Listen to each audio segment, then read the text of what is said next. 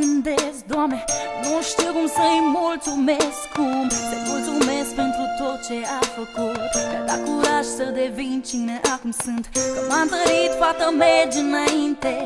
O să ai parte și de fapte, nu doar de cuvinte. Orice ar fi, voi fi aici mereu. Știi bine, te poți baza, ai sprijinul meu. Mi-ai dat, Doamne, tot ce mai frumos nu se putea. Mi-ai dat speranța să o trăiesc și o trăiesc prin ea.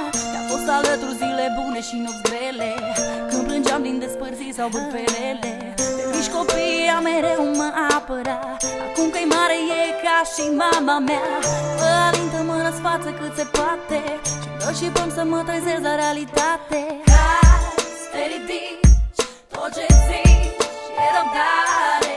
Plângi, te distrugi, vrei să fugi și te doare.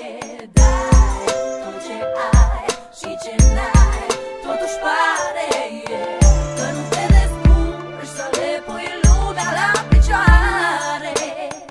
Acum văd, a venit și rândul meu să am grijă de ea așa cum a făcut ea mereu. Și nu pot, Doamne, mâinile îmi sting legate. Nu pot să fac să o trezesc la realitate. Să pot să spun că viața nu e nedreaptă, să uite tot ce a fost, că-i fată deșteaptă, că merită tot ce e mai bun. Trecutul e trecut, viitorul contează acum. Dacă aș putea, i-aș da parte din mine. Vreau să o văd zâmbindu-l de fericire. Să spun, hai că putem să o luăm de la capăt, să dăm peste amintiri așa doar întreagă. Că astăzi ca să te ridici, mâine-ți trece. Să-i amintesc că unde-s doi puterea crește, că împreună trecem peste tot, că o prietenie trece și prin foc.